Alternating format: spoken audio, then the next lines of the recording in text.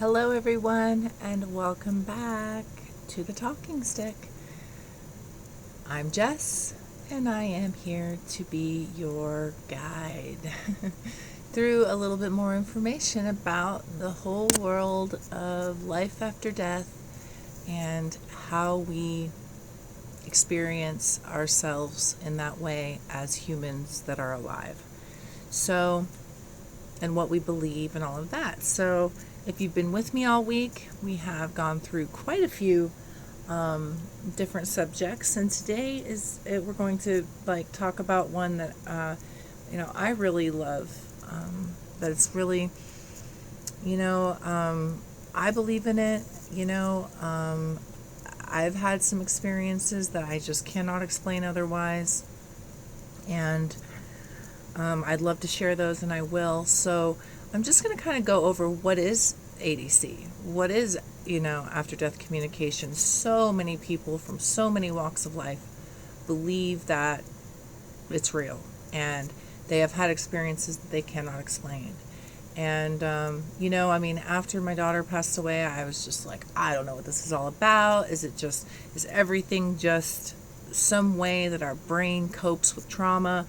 And we make up all these stories, whether it's religion or whatever. I really did have that whole thing where they say you question God and all that. I went through that, and anyone that knows me, I'm actually extremely spiritual and devote myself. I still have my maiden name, and have never been married, and even have a hard time in partnership because of that spirituality. When it isn't met. I think a lot of times people feel intimidated or separated from me in that way, because I do live my life in a very live in the light, be a steward of the light. I always say, yeah, I really think the universe wanted me to be a nun, but there just aren't any suitable religions left, and that carry that concept, and because in Catholicism, you basically become married to God as a nun, and spend your life in his service. And so, I myself felt that way. And then when my only wish, my only request, my only real prayer for anything, which is to keep my children safe and living long and happy on this planet far beyond my own lifetime, could not be,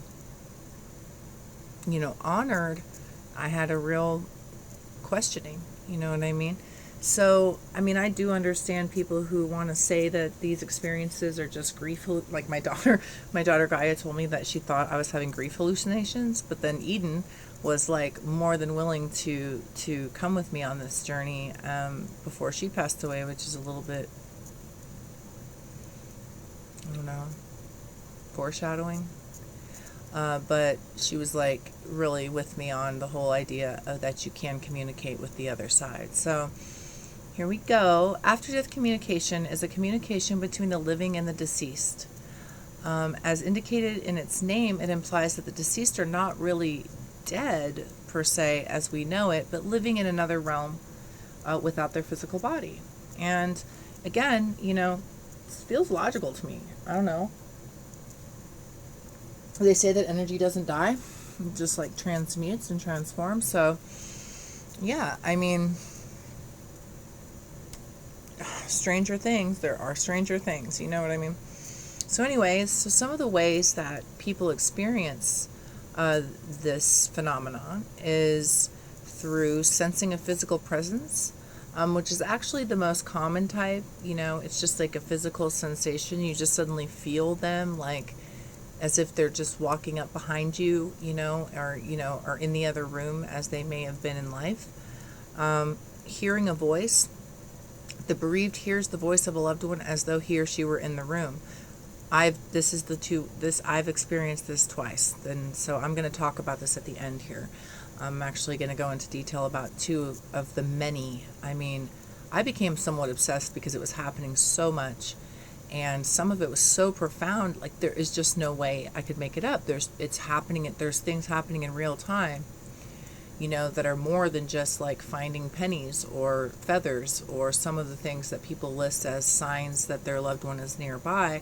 I mean, to me, that's just not enough.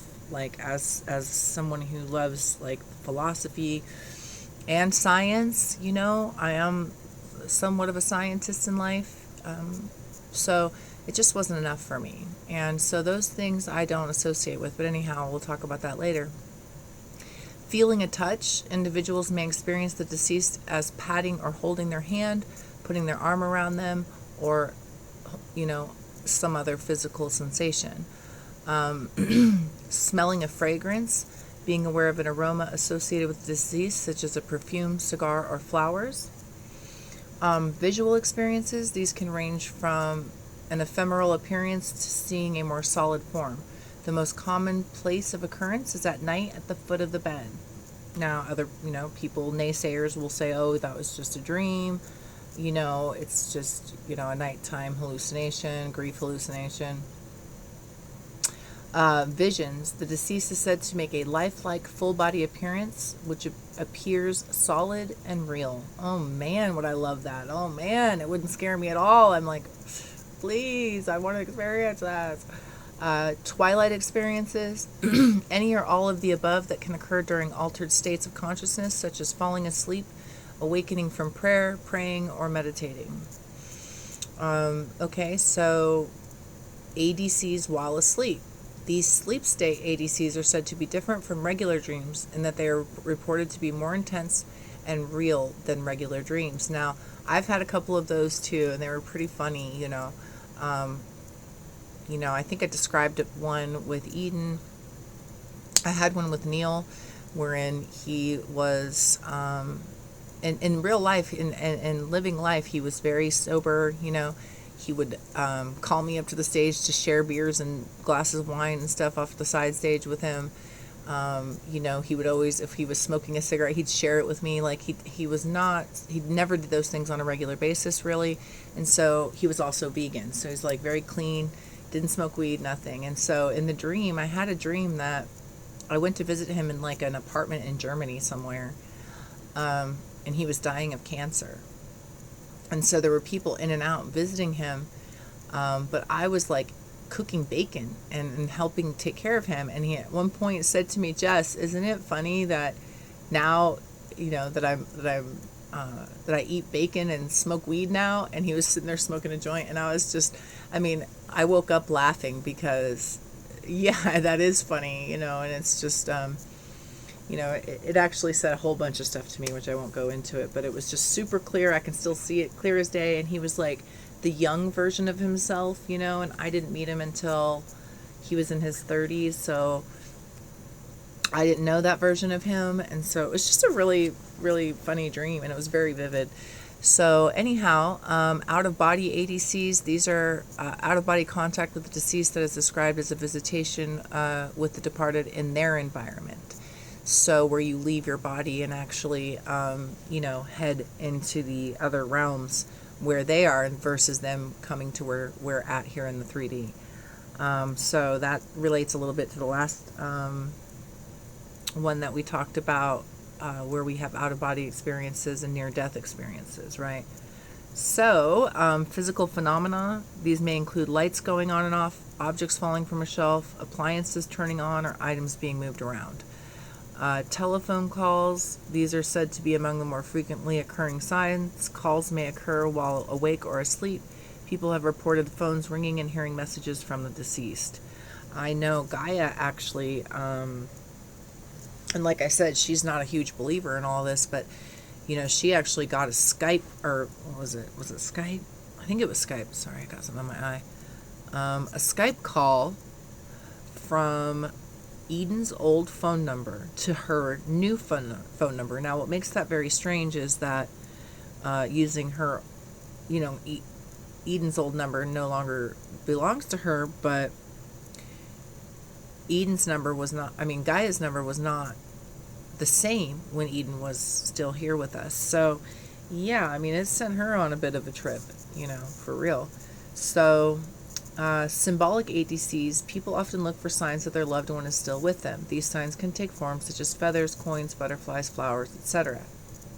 Now, like I was saying before, that, it's all relative to who you are and what's going to seem special and who they were and how it might seem relative, like, cardinals. I read a story one time about two sisters whose mother passed away and told them that, she would visit them as a cardinal, and literally after, like, shortly after their mother passed away, they were together in the yard, and a cardinal came and, like, landed on one of them and just hung out.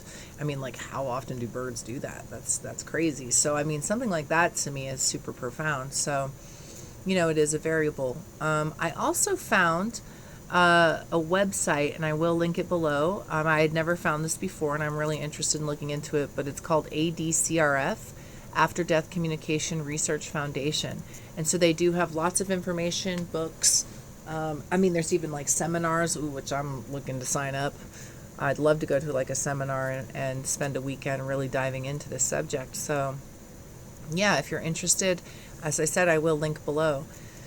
So I have 3 little stories that I'll close this with, because again, it's Friday. I know everybody's got stuff to do. Excuse me, but I'd love to share these with you, because to me there's no other explanation and for these things. And so I'll start with the most recent, which seems small, but my mother did pass away a month ago today. I think I'm still in a bit of shock about that. Still trying to sort of not let my mind say, oh, I'm going to call my mom when I have downtime, which I would do fairly regularly in my lifetime and everything. And she did live on the East Coast. So, yeah, I'm still sort of absorbing the information. But, she did pass away a month ago. It was very quick and something we really didn't expect. But I was able to kind of catch. I flew in on Wednesday night. At about midnight, I got to the hospital, and she passed away at 10:47 a.m. the following day. So I was able to get there. She was in sort of a comatose state, but with her eyes open. I do think she knew I was there. But either way, after she did pass, we went back over to her house. I went with my stepfather, Steve, and we went to go, just spend time. My brother didn't make it. He actually came in at 3, and so we had to go pick him up from the airport and stuff. So we went over to the house to sort of prepare to do that, and I actually had a counseling session with my ketamine support and set up for that day anyway. So I began to help him sort of go through her stuff, and I actually found. Give me a minute. I'm going to get it. I'll be right back. Hold on.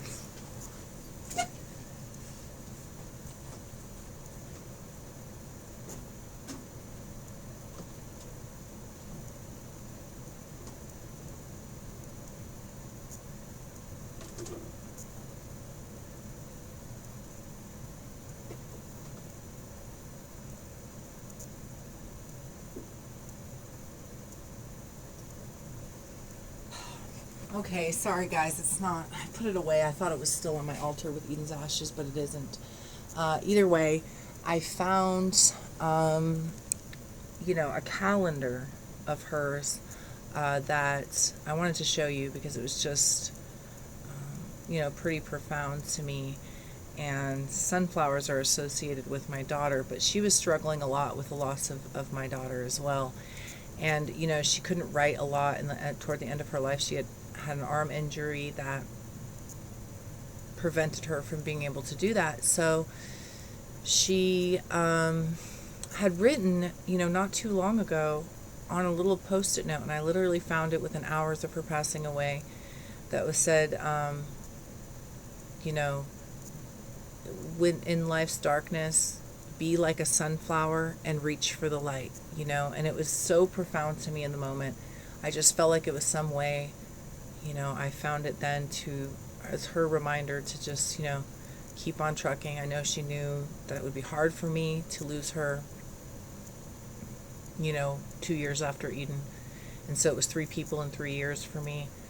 And so anyhow, that's number 1. So I felt like that was like some type of communication, and, and of all of the paperwork and all of the stacks of stuff she had, as she was getting sick, It's just really random that I actually even looked in that little pocket calendar.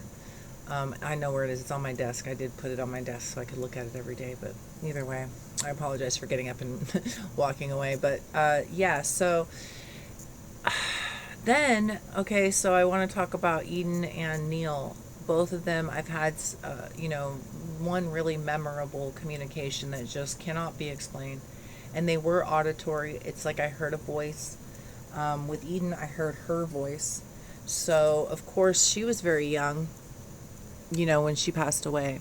And it's not something that you really talk about with your child as far as like what they might want in the event that occurs.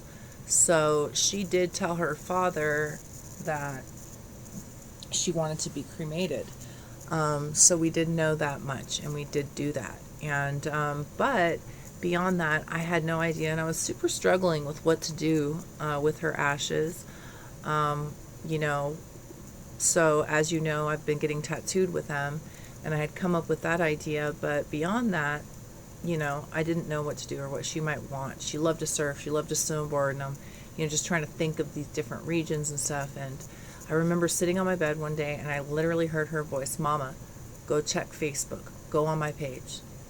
And I'm like, girl, I know, like, I'm not ready. I'm still not ready, like today, to really do that on a regular basis. And I haven't done it since, to be honest. I go there and post now as it's a memorial account, so I post letters to her and stuff, but I do not go back to the things she posted. I'm just not there. I don't go through our texts and stuff. I just, it's a slow process. But anyhow, I responded to her in my head like, no, girl, no. And she said, "Mama, go over to there and just look, go back to January 1st. It's a good stopping point." And of course she knows me, and like how I'm like, okay, fine. And like, I start scrolling and I get to like a few weeks back from her date. So maybe to the end of March. And I just am crying and I can't handle it. And I'm telling her, girl, I can't do this. And she's like, "Mama, just do it. Go to January 1st. And so I start fast scrolling. And I think I'm like having a basic hallucination here. I don't know what the heck this is about. And then I get to January 1st and I slow down around like January 2nd or whatever and start looking, to stop. And right as I'm about to check out of it and stop, as I have now accomplished what I said I would, I see a post and it says, "I want this." And it is a sharing an article, and it said, "Forget coffins. These people will blow your ashes into a beautiful glass piece." And I cannot tell you the shock factor of that. I mean, it was on January 1st that she posted it, and it was literally what was on my mind at the time. And I did not remember ever seeing that, because I likely would have been like, "What are you doing posting that? What are you doing?" Because I got very offended when she'd talk about anything about her own passing. And so, of course, it was an accident, so it wasn't an illness. We did not know that was going to happen. So yeah, that was extremely profound, and it just so happens that one of our lifelong close friends is a glass blower, and so I've actually had that done now. So there's that one. And then Neil, anyone who knows me, who's close to me, knows that when he passed on, he did commit suicide, but in the early days, and I don't know, I think this is kind of normal in some ways when someone that's close to you does this and you're not expecting it. We all know that there's been like a sort of a common thing that happens where people get suicided, aka murdered, but it's made to look like suicide. And he had a lot of dark things going on, and was struggling, and I think that contributed to why he did this to himself. But back then, I couldn't believe it. I mean, I think people were getting upset with me, even to the point, because my mind just kept wanting to put together, "Oh, but this is questionable. Why didn't they do an investigation?" I thought maybe he was running, and like, I even told him at one point to like just freaking pull a Tupac, and fake his own death and like bail. I don't know if that Tupac really did that, but it's reasonable thought process, at least a little bit. And so it's like, did he do that? And like, my mind was really swirly with, trying to accept that he had actually done this to himself. Now, after he passed, I was up in San Francisco. I used to have an apartment up there that I would go up for work when I would work with the music and stuff. And so I was driving home and often, would drive down and go the LA route. And one time, the last time I had the opportunity to visit with him, and I did not, was just before he passed. The last time he was home before that, he and I wanted to do some body work on him, and get him, because he was in like a state of like a sense of PTSD from all the things that were going on. He was having these really weird like body symptoms, and I really wanted to just sit with him and talk about it and give him some body and energy work and help him out. And we had a plan for it, and I was heading back, and I was supposed to stop in at his place in Ventura on my way home and do that. And like, he didn't respond to me. He didn't respond to the text of like, are you cool? Are we still on? Are we still doing this? And so I'm driving down, and I had been in San Francisco. So I was driving down the 5, and, there's a back way to get home, like through Bakersfield. And if I don't have to, I don't ever want to go through freaking LA. Or the LA area because of traffic. And so when I didn't hear back from him, I decided to take the route inland through Bakersfield. And of course, I'm in like Tehachapi, which is one of my favorite places. And I get the message from him that, hey, what are you doing? Are you coming through? And I'm just like, oh, no. And so that was the last opportunity I had to see him. Now, flash forward, he's passed away. I was in San Francisco. I was, driving around, and I drove past Robin Williams' house, and I actually thought about how they both, had a relationship, and the fact that they both used hanging as a method to take themselves out. And, just sort of pondering that. And basically, I was in Tehachapi on my way home from San Francisco. And I had just gotten a new car, and I had Sirius satellite radio for the first time. And I literally hear a voice say, check channel 68. You haven't done that yet.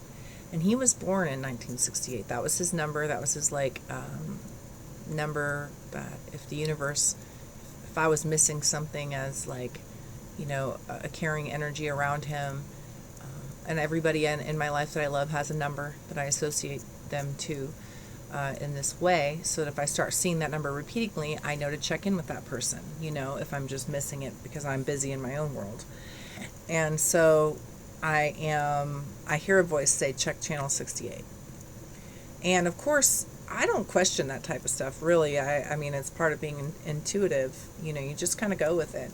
And so, of course, I never checked channel 68. So I was like, cool, I'm going. I went over immediately.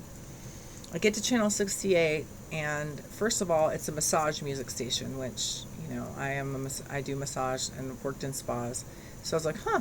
And then I realized that the name, it literally on the radio says Neil, Neal. I mean, I was like, oh, Neil, oh my gosh. And I had to pull over, right? And so as I got pulled over, immediately I just went off to the shoulder and got over and looked again at it because I wanted to take a picture, but it had already changed.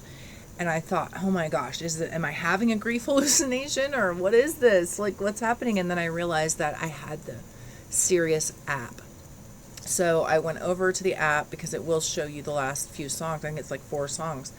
I went over, and oh my goodness, absolutely, it was a green cover of an album with a rainbow, which, he and I actually had one of my favorite memories of him was when I did a little festival here in the desert, and we had this storm, and I was standing out there, as the organizer, I was like checking on the food, making sure the food was good and everything. and like I turn around and there's like a pathway, over to back to the bar. And the only person on that pathway was Neil. And it was literally like he was walking under a rainbow. A rainbow had formed. And of course, I become very childlike with rainbows. And it was a full rainbow into the sunset. One of the most beautiful rainbows I've ever seen. And he was like walking under towards me with his camera under the rainbow. And I ran up. I'm like, no, a rainbow, no, a rainbow. And like I came up on him, I was like, it's so beautiful. And he's like, it is, Jess. And we had this moment about the rainbow, right? So the cover of the album was just a rainbow in a field. And so that hit me. And then I'm like, okay, so where does this song come from? And it was Neal, just like his name. And so I researched it. Now, the song was on the soundtrack to the Dead Poets Society with Robin Williams, and which is, identifying that method of hanging. And in the movie Dead Poets Society, I don't know if you guys remember, but the character Neil committed suicide. So it was so layered and so freaking profound, and it was an absolute communication I felt from him to quell my mind and heart that he did do it, that he did it to himself, and I can't explain it. It is just one of the craziest feelings. There's no other explanation. Like, if I wouldn't have followed intuition in that moment, I would not have actually saw the song Neil. And so it's a testament to like just allowing your intuition. Don't fight it. If you're having these experiences or you think you are, go with it. I mean, the world is crazy and we're all a little bit crazy. So who cares if it feels crazy, right? So, because I don't think it is. I think it's just something that we just don't really know about yet. I mean, think of how much of science we didn't know about 100 years ago or 200 years ago, and then how much more we might have known, that the Egyptians might have known than we know today, right? So I really do think, and I'm just going to leave it with this, like, I do think it's possible, Now I have a pretty open mind, and I have experienced trauma and grief and loss, and so, maybe it's wishful thinking, but maybe it's not, So, I would love to hear of anyone's stories. Like I said, in the past, like you can email me at thetalkingstickcollective@gmail.com. You can comment below. But if you did like this episode, even though I got up and walked around for a minute, please like, please share, please subscribe, and have a wonderful weekend. And again, I will come back next week with a whole slew of new topics, and they may connect to each other like this theme did, and they may not. But either way, I hope you'll join us. And once again, thank you so much for being open-hearted, for showing, for growing, and for glowing, for healing yourself, for being available to that which you may not know yet, but is out there in the world informationally, and ready for you to just, learn a little bit more about the world we live in and who you are in it. Okay, so I appreciate you, and sending all of you my love. And again, have a great weekend, and I will catch you on the flip. See you Monday. Bye.